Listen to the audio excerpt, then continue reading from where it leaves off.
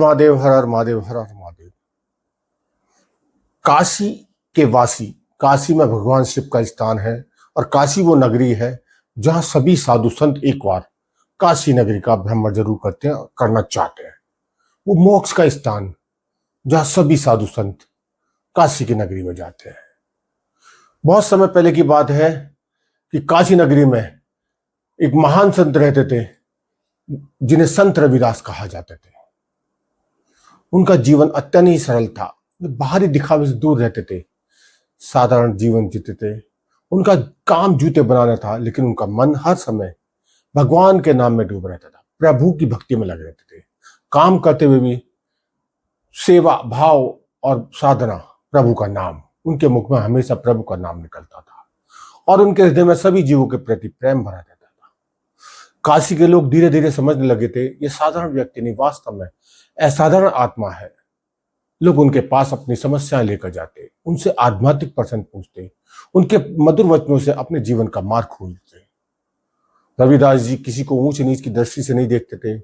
उनके लिए हर व्यक्ति भगवान का अंश था। उसी भारत में नाथ योग की परंपरा प्रसिद्ध हुई और उस परंपरा के महान सिद्ध योगी थे गुरु गोरखनाथ जी। कहा जाता है कि गोरखनाथ जी ने कठिन तप और योग साधना से अद्भुत शक्तियां प्राप्त की थी। वे देश देशांतर में भ्रमण करते थे और अपने शिष्यों को योग का ज्ञान देते थे। जहां भी वे जाते लोग उनका बहुत सम्मान करते थे, मान सम्मान देते।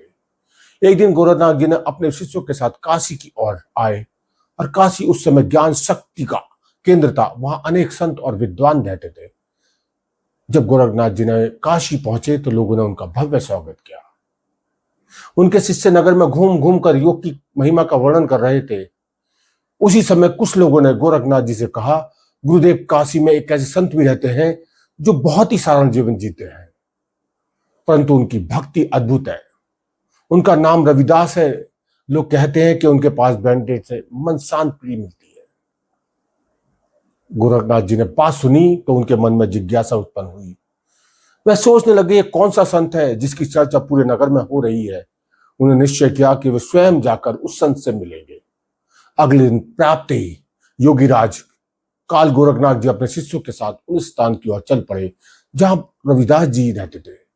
वह स्थान बहुत साधारण था। वहां कोई भव्य आश्रम नहीं था, न कोई बड़ा मंदिर था। एक छोटी सी कुटिया थी और उसके बाहर बैठकर रविदास जी अपने काम में मस्त थे। वे जूते बनाने का काम कर रहे थे, साथ साथ प्रभु का नाम गा रहे थे। उनका चेहरा अत्यंत शांत था। ऐसा प्रतीत होता था जैसे उनके भीतर कोई दिव्य प्रकाश चल रहा हो। जब गोरखनाथ जी ने वहां पहुंचे तो उन्होंने देखा कुछ लोग उनके आसपास बैठे हुए हैं और उनकी बातें सुन रहे हैं। रविदास जी से विषय पूर्व प्रेम पूर्वक बात कर रहे हैं। उनके शब्द बहुत सरल थे, लेकिन उनके शब्दों में आध्यात्मिक शक्ति थी। गोरखनाथ जी ने थोड़ी दूर खड़े होकर ये सब देखने लगे। उनके मन में आश्चर्य हुआ कि एक साधारण सा कारीगर के पास इतने लोग कैसे बैठे हुए हैं। कुछ देर बाद रविदास जी ने ऊपर देखा तो मुस्कुराते हुए कहा, आइए योगीराज, आपका स्वागत है। गोरखनाथ जी सुनकर चकित हो गए। उन्होंने सोचा, मैंने तो कभी अपना परिचय भी नहीं दिया, फिर इन्हें कैसे लगा पता चला कि मैं कौन हूं। वे आगे बढ़े और रविदास जी के सामने बैठ गए। उनके शिष्य भी उनके साथ बैठ गए। गोरखनाथ जी ने कहा, रविदास, मैंने तुम्हारे बारे में बहुत सुना। लोग कहते हैं तुम महान संत हो, पर मैं देखता हूं कि तुम तो एक साधारण से व्यक्ति हो, काम करने वाले एक छोटे से कारीगर हो। तुम जूते बनाते हो, सामान्य जीवन जीते हो, फिर लोग तुम्हें इतना सम्मान क्यों देते हैं? रविदास ने बड़ी विनम्रता से मुस्कुराते हुए कहा, योगीराज, मैं तो केवल प्रभु का दास हूं, मैं कोई संत नहीं। मैं तो अपना काम करता हूं और साथ साथ भगवान का नाम लेता रहता हूं। गोरखनाथ जी बोले, योग में मन को वश में करने के लिए कठोर साधना करनी पड़ती है, वर्षों तक तप करना पड़ता है। क्या केवल नाम लेने से ही भगवान मिल जाते हैं? रविदास जी ने साफ स्वर में उत्तर दिया, गुरुदेव, भगवान तक पहुंचने कई मार्ग हैं। योग भी एक मार्ग है, ज्ञान भी एक मार्ग है, लेकिन भक्ति का मार्ग सबसे सरल। यदि मन शुद्ध हो, हृदय में प्रेम हो, भगवान स्वयं भक्त के पास आ जाते हैं। यह सुनकर गोरखनाथ जी के शिष्य आपस में कुछ बातें करने लगे। वह व्यक्ति योग की महानता को कम कर रहा था। गोरखनाथ जी ने कहा, यदि भक्ति इतनी सरल है तो फिर योग साधना की क्या आवश्यकता है? रविदास जी ने उत्तर दिया, योग शरीर को और मन को अनुशासित करती है। ये बहुत महत्वपूर्ण है। लेकिन यदि मन में अहंकार आ जाए तो सारी साधना व्यर्थ हो जाती है। सच्ची साधना वह है जिसमें मन विनम्र हो जाए, भगवान के प्रति प्रेम जाग जाए। गुरु नानक जी ने ध्यान से उनकी बातें सुन रहे थे। उन्हें महसूस हो रहा था कि इस साधारण व्यक्ति के शब्दों में गहरा प्रभाव है, सत्य छिपा हुआ है। फिर भी सोचने लगे कि मैं अपने योग शक्ति दिखाकर इनकी परीक्षा क्यों ना लूं। उन्होंने अपने शिष्यों की ओर देखा, कहा योग की शक्ति कैसी होती है। ये कहकर उन्होंने ध्यान लगाया और थोड़ी देर में ही ऐसा लगा मानो उनका शरीर धरती से ऊपर उठ गया है। लोग आश्चर्य से देखने लगे, कुछ लोग बोलने लगे, यह तो महान योगी है। लेकिन संत रविदास जी शांत भाव से अपने काम में लगे हुए थे, प्रभु का नाम ले रहे थे। उनके चेहरे में कोई आश्चर्य नहीं था। थोड़ी देर बाद गुरु नानक जी ने ध्यान समाप्त किया और नीचे आए। उन्होंने रविदास से पूछा, क्या तुमने देखा कि योग की शक्ति कैसी होती है? रविदास जी ने विनम्रता से कहा, गुरुदेव आपकी साधना महान है, लेकिन भगवान को पाने के लिए चमत्कार दिखाना आवश्यक नहीं है। यह सुनकर वहां बैठे लोग सोच में पड़ गए। गुरु नानक जी ने पूछा, ये तुम्हारे अनुसार भगवान को पाने का सबसे सरल उपाय क्या है? रविदास ने पास में रखी एक छोटी सी कटोती और इशारा किया जिसमें पानी भरा था। उन्होंने उस पानी में हाथ लिया और भगवान का स्मरण करते हुए बोले, यदि मन पवित्र हो जाए तो साधारण से पानी भी गंगा के समान पवित्र हो जाता है। फिर उन्होंने अपना प्रसिद्ध वचन कहा, मन चंगा तो कटौती में गंगा। तो कटौती उनके शब्द सुनकर वहां उपस्थित सभी लोग गहरे विचार में डूब गए। गुरु नानक जी कुछ क्षणों के लिए मौन हो गए। उन्हें महसूस हुआ कि इस व्यक्ति की शक्ति में, भक्ति में कुछ ना कुछ अद्भुत है। काशी की उस छोटी सी कुटिया में उस दिन एक महान आध्यात्मिक संवाद प्रारंभ हुआ, जो आगे चलकर शक्ति योग के गहरे रहस्यों को प्रकट करने लगा। और यहीं से शुरू होती है संत रविदास की और गोरखनाथ जी की अद्भुत कथा, जिससे असंख्य लोगों को ये जानने का मौका ही नहीं मिला। सच्ची साधना का मार्ग क्या है? काशी की इस छोटी सी कुटिया में वातावरण अत्यंत शांत था, पवित्र था। एक महान योगी गुरु नानक बैठे थे। दूसरी ओर अत्यंत विनम्र रविदास अपने साधारण कार्य में लगे हुए थे। वहां उपस्थित लोग यह अनुभव कर रहे थे कि वे किसी सामान्य वार्तालाप के लिए साक्षी नहीं बने, बल्कि दो महान संतों के जो आध्यात्मिक धाराओं के मिलन को देखा है। गुरु नानक जी के मन में अभी भी कई प्रश्न उठ रहे थे। उन्होंने जीवन भर कठोर तप किया, फिर हिमालय की गुफाओं में ध्यान लगाया, शरीर मन पर विजय प्राप्त की थी। उसके बाद साधना का अर्थ था अनुशासन, तप, योग की कठिन साधना। लेकिन यहां उसके सामने एक ऐसे संत बैठे थे जो साधारण जीवन जीते थे, अत्यंत शांत और संतुष्ट दिखाई देते थे। कुछ देर मौन रहने के बाद गुरु नानक जी ने कहा, रविदास, तुमने कहा कि भक्ति सबसे सरल मार्ग है, लेकिन संसार में बहुत मन चंचल रहता है। मन को वश में करना इतना आसान नहीं होता। योग साधना के बिना मन को नियंत्रित कैसे किया जा सकता है?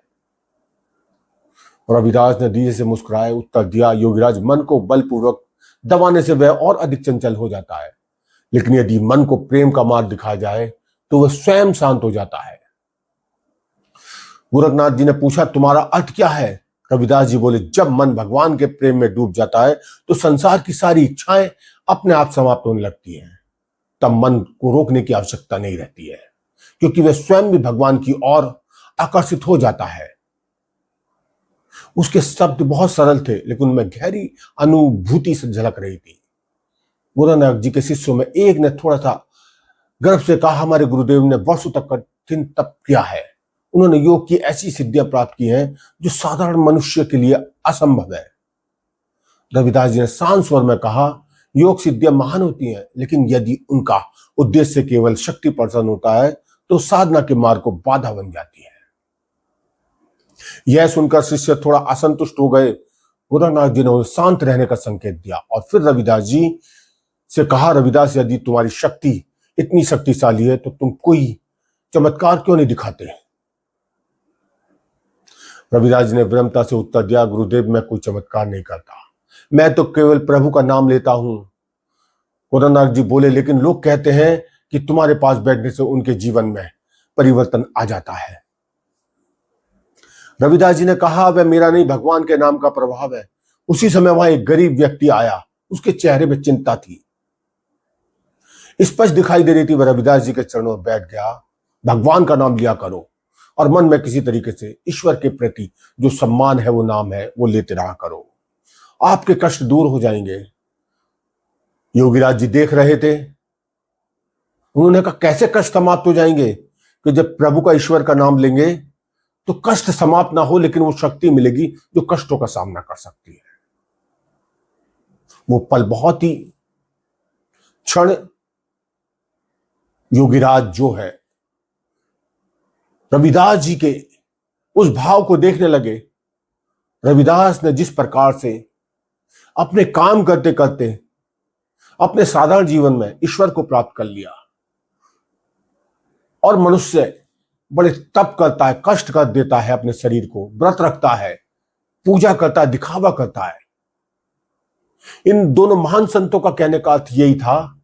इसका एक ही चीज सीखने से मिलती है कि कोई भी चीज ऐसा नहीं है कि कोई आम आदमी अगर काम कर रहा है, अगर वो मंदिर नहीं जा पा रहा, और एक व्यक्ति जो है वो सिद्ध पूरी तरीके से पूजा पाठ में लगा रहता है, साधना में लगा रहता है, योग करता, तप करता है, उसे ईश्वर मिल जाएंगे।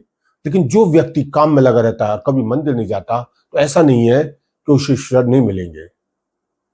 इन दोनों सदनों के आध्यात्मिक से एक अर्थ निकलता है कि ईश्वर को मानिए, भाव रखिए, अपने काम कर्म को ही ईश्वर मानिए, ईश्वर आपको प्राप्त हो जाएगा।